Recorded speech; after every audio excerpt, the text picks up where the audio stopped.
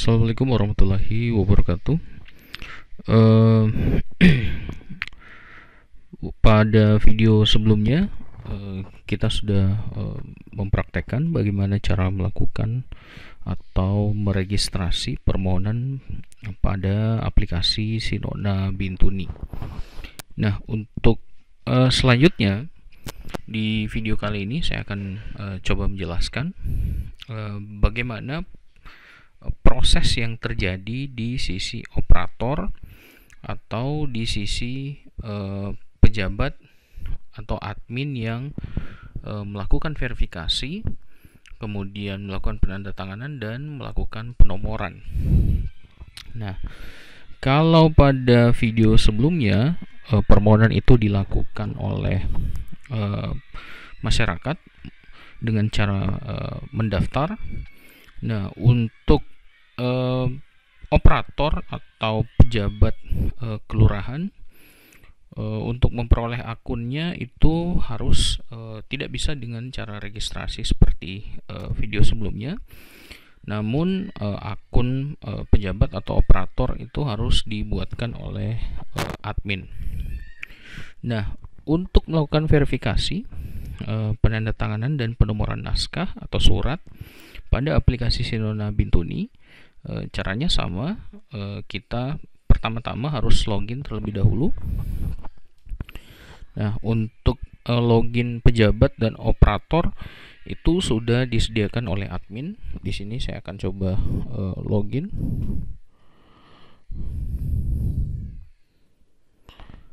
Menggunakan akun salah satu pejabat. Nah, di sini saya sudah login sebagai Bapak Ferdinand Orcomda SSTP. Bapak Ferdinand atau Pak Ferdi ini selaku lurah di Kelurahan Bintuni Barat.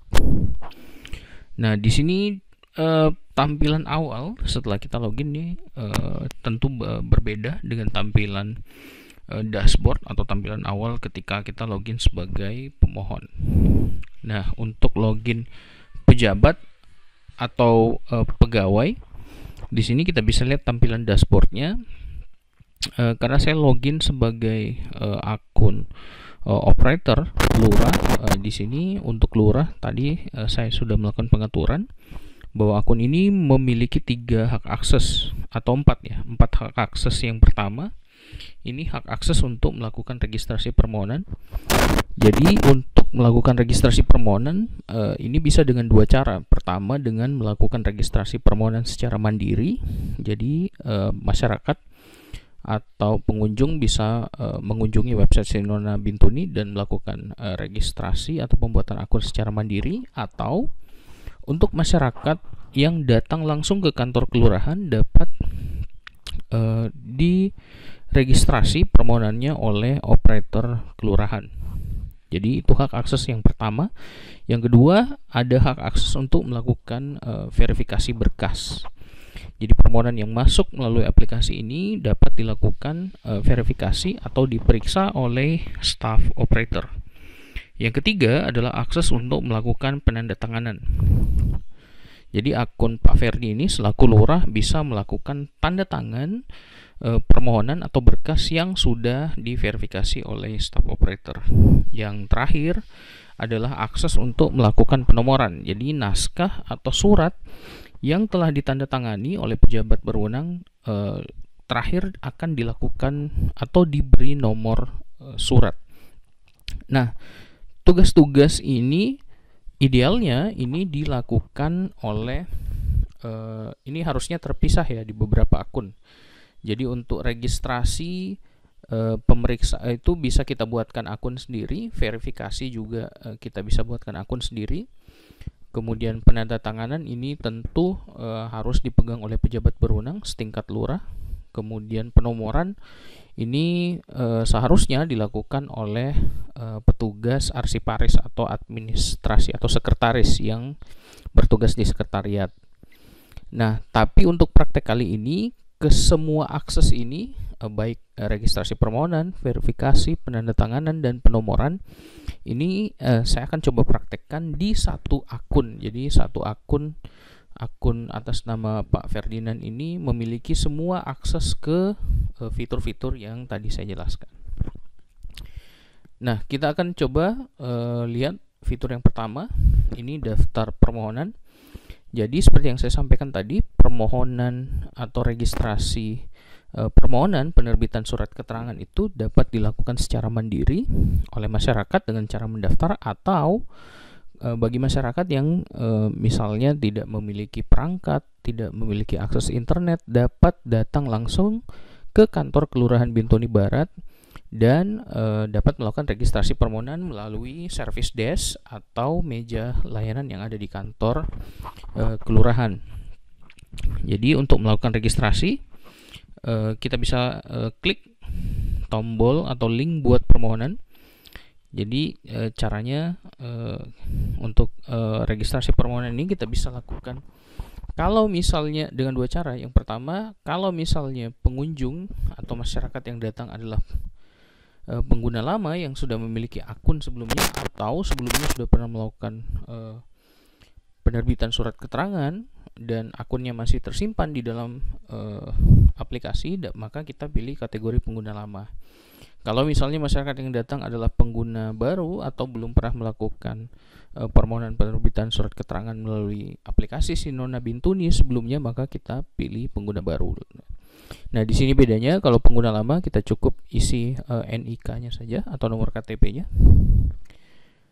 Kalau dia pengguna baru, maka kita harus isi data-datanya secara lengkap mulai dari awal. Nah, itu untuk contoh menu atau fitur untuk melakukan registrasi permohonan.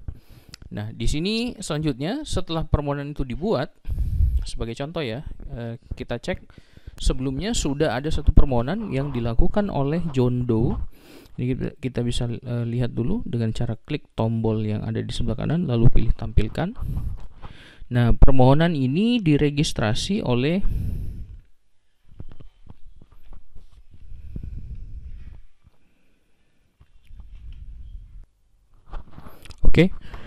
di sini bisa terlihat bahwa permohonan ini telah di-submit atau dikirimkan oleh pemohon secara mandiri. Ini yang dimohonkan adalah jenis surat keterangan ahli waris. Kemudian formulirnya yang sudah diisi, ini ada nama almarhum, pekerjaan almarhum, dan seterusnya. Kemudian syarat dokumennya, ini yang diminta adalah dokumen KTP. Operator atau staff admin dapat melakukan atau melakukan preview atau menampilkan dokumen yang telah diupload. Nah, ini contoh dokumen yang diupload. Nah, ini contoh dokumen yang diupload untuk KTP, dan untuk kartu keluarga juga kita bisa lakukan preview. Lalu di bagian bawah kita bisa lihat bahwa surat permohonan ini sudah bisa langsung kelihatan atau tampil bentuk akhirnya. Tapi dengan beberapa catatan. Kemudian di bagian nomor ini belum terisi karena status surat ini belum ditandatangani dan belum dilakukan penomoran, makanya nomor ini masih kosong. Kemudian identitasnya sudah terisi sesuai dengan form atau formulir yang diisi di bagian atas. Nah, formulir ini akan langsung terisi ke dalam bentuk surat seperti pada preview yang tampil di layar. Kemudian pada bagian penandatanganan di tanggal ini masih berwarna merah, menandakan bahwa surat ini belum ditandatangani. Kemudian barcode atau QR code juga masih menampilkan QR code berwarna merah. Ini artinya bahwa QR code atau surat ini belum ditandatangani atau sifatnya masih sementara. Jadi kurang lebih bentuk akhir surat ini setelah ditandatangani akan seperti ini. Bedanya kalau belum ditandatangani, dia di bagian-bagian ini akan masih berwarna merah. Ketika sudah ditandatangani, maka warnanya akan berubah menjadi hitam. Oke. Di bagian verifikasi kita bisa lihat ini belum dilakukan verifikasi. Kemudian di bagian penandatanganan juga belum dilakukan penandatanganan. Di bagian riwayat juga belum ada riwayat selain riwayat registrasi. Nah, untuk melakukan verifikasi, kita perhatikan menu di sebelah kiri. Kita pilih atau klik menu verifikasi. Nah, di menu verifikasi ini akan tampil surat yang masuk atau permohonan yang telah diregistrasi.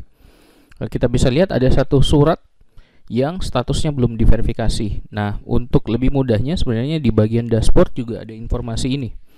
Di bagian dashboard kita bisa lihat di bagian verifikasi ini ada angka 1 di kotak kuning ini yang menandakan bahwa ada satu surat atau satu permohonan yang belum diverifikasi atau belum diperiksa.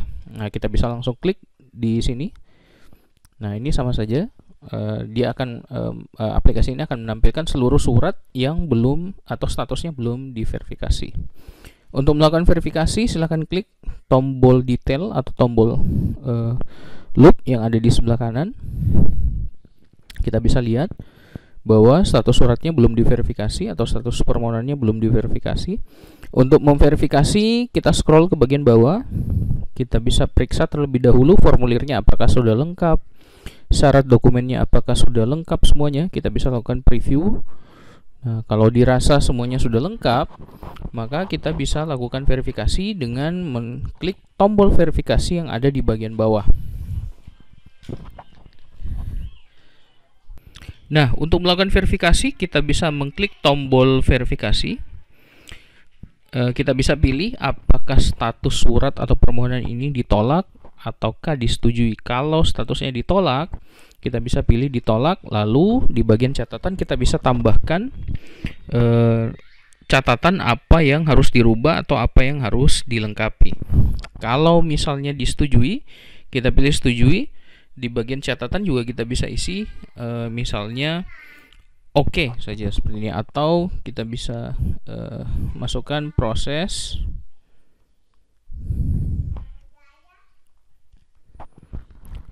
Nah, seperti itu, lalu kita klik tombol proses.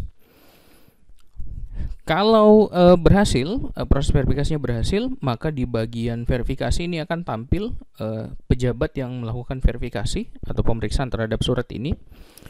Tadi kita sudah lakukan dengan akun Pak Ferdi, maka di sini pejabat yang memverifikasi akan tercatat sebagai Bapak Ferdinand Orcomna SSTP. Kemudian statusnya disetujui, catatannya proses sesuai ketentuan. Nah, kalau status atau permohonan ini disetujui, maka tombol verifikasi ini akan hilang. Jadi berkas ini sudah tidak bisa diapa-apakan lagi oleh verifikator. Maka di bagian riwayat juga kita bisa lihat pada tanggal 20 Agustus pukul 22:22 permohonan disetujui oleh verifikator, keterangannya proses sesuai ketentuan. Pejabat yang memverifikasi adalah Bapak Ferdinand Orcomna SSTP. Nah, seperti itu cara untuk melakukan verifikasi. Lalu kita cek lagi di bagian dashboard. Di bagian dashboard, angka 1 yang sebelumnya ada di sini ini akan hilang, kembali 0. Artinya tidak ada berkas yang tidak diverifikasi, tidak ada berkas yang ditolak. Ini angkanya kita pastikan 0 seperti ini. Setelah berkas atau permohonannya diverifikasi, maka berkas itu akan lanjut ke bagian penandatanganan. Nah, untuk bagian penandatanganan kita bisa lihat di sebelah kanan. Di sini sudah ada angka 1 yang sebelumnya 0. Berkas yang telah disetujui oleh verifikator di bagian verifikasi akan berlanjut ke tahapan penandatanganan. Nah, di tahapan penandatanganan ini kita bisa lihat sudah ada angka 1 di sini, artinya ada satu berkas atau permohonan yang belum ditandatangani. Nah, karena Bapak Ferdi atau Pak Ferdinand ini punya akses untuk penandatanganan, maka kita bisa langsung klik di bagian ini. Nah, di sini sudah tampil satu berkas bahwa di sini ada informasi bahwa ada satu berkas dengan nomor register sebagai berikut. Kemudian jenis suratnya surat keterangan ahli waris, pemohonannya oleh Bapak Jondo, nicknya sekian. Yang status tanda tangannya belum ditandatangani.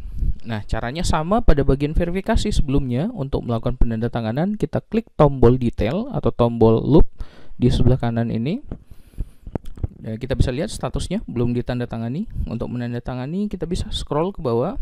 Kita bisa cek terlebih dahulu syaratnya apakah sudah dilengkapi, formnya sudah lengkap, kemudian previewnya sudah sesuai dengan sesuai dengan hasil akhir.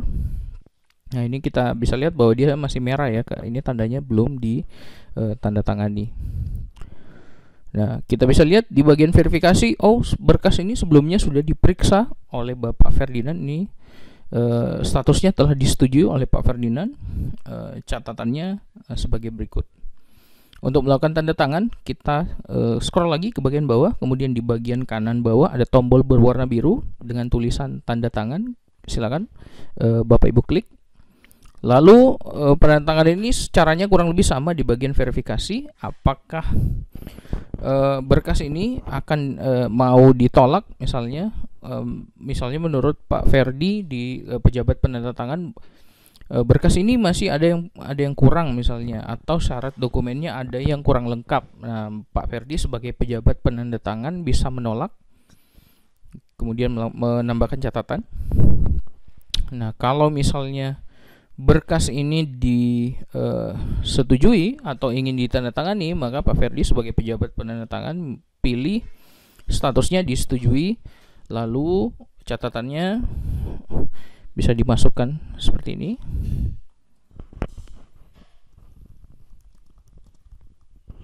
Oke, seperti itu misalnya. Lalu klik proses penandatangan. Kalau berkasnya telah ditandatangani, maka di bagian penandatanganan sudah terisi bahwa berkas ini telah ditandatangani oleh Bapak Ferdinand Orocomna SSTP. Kemudian catatannya proses sesuai ketentuan dan seterusnya. Di bagian riwayat juga kita bisa lihat pada tanggal 20 Agustus pukul 22:26 surat ini telah ditandatangani oleh penandatangan.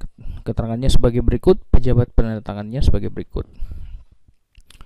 Nah, kita bisa lihat di bagian atas, di bagian preview naskah ini masih berwarna merah ya. Jadi meskipun surat ini telah ditandatangani, berkas ini belum tidak langsung berubah menjadi hitam, tapi harus dilakukan proses penomoran berkas terlebih dahulu oleh staf operator atau oleh pejabat berwenang. Nah, setelah proses penandatanganan selesai, kita bisa cek kembali di dashboard. Angka 1 yang sebelumnya ada di sini ini kembali menjadi 0, artinya tidak ada berkas yang belum diproses. Kemudian kita perhatikan pada bagian penomoran di kotak ini, kotak berwarna kuning ini sudah ada angka 1, artinya ada satu surat atau satu berkas yang belum dinomori atau belum dikirim. Nah, untuk melakukan penomoran atau pengiriman surat, kita bisa masuk atau klik di menu ini, di kotak ini. Nah, nanti akan tampil satu atau daftar berkas yang belum dinomori ya, atau belum dikirim, belum diberi nomor surat. Nah, untuk memberi nomor surat, silahkan Bapak Ibu klik tombol loop yang ada di sebelah kanan, lalu geser ke bawah. Nah, kita bisa lihat previewnya, ini masih merah, nomor suratnya masih kosong ya. Nah, untuk melakukan penomoran, kita klik tombol penomoran. Nah, bedanya di bagian penomoran ini tidak ada lagi proses untuk menolak atau setuju. Jadi petugas operator ini tinggal mengisi nomor surat. Karena surat ini sebelumnya sudah disetujui, sudah diverifikasi, dan sudah ditandatangani oleh pejabat berwenang. Jadi tugas dari staff operator untuk penomoran ini tinggal memberikan nomor surat saja. Misalnya untuk surat ini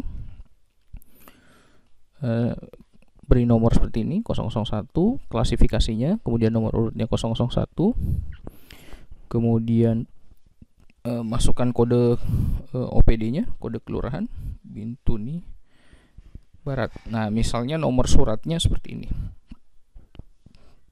Kemudian setelah nomor suratnya diisi, terakhir klik tombol kirim surat.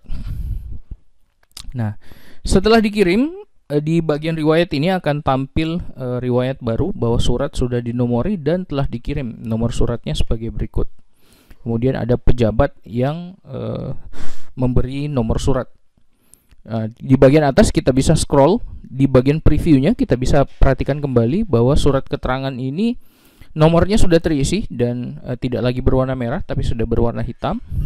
Kemudian di bagian tanda tangan ini tanggalnya juga sudah berwarna hitam, tidak lagi merah, dan barcode-nya juga sudah berubah menjadi hitam. Ini artinya proses pemberkasan atau proses pembuatan surat keterangan ini sudah selesai, tahapannya sudah selesai, dan suratnya dapat diunduh atau telah dikirim kepada pemohon atas nama Bapak John Doe. Nah, seperti itu saja. Jadi tahapan untuk melakukan verifikasi, penandatanganan, dan penomoran surat pada aplikasi Sinona Bintuni oleh akun operator. Nah, untuk di video selanjutnya kita akan coba praktekkan bagaimana surat yang telah ditandatangani ini, telah dinomori ini, kita akan coba praktekkan bagaimana caranya agar surat ini bisa di-download atau dicetak oleh si pemohon.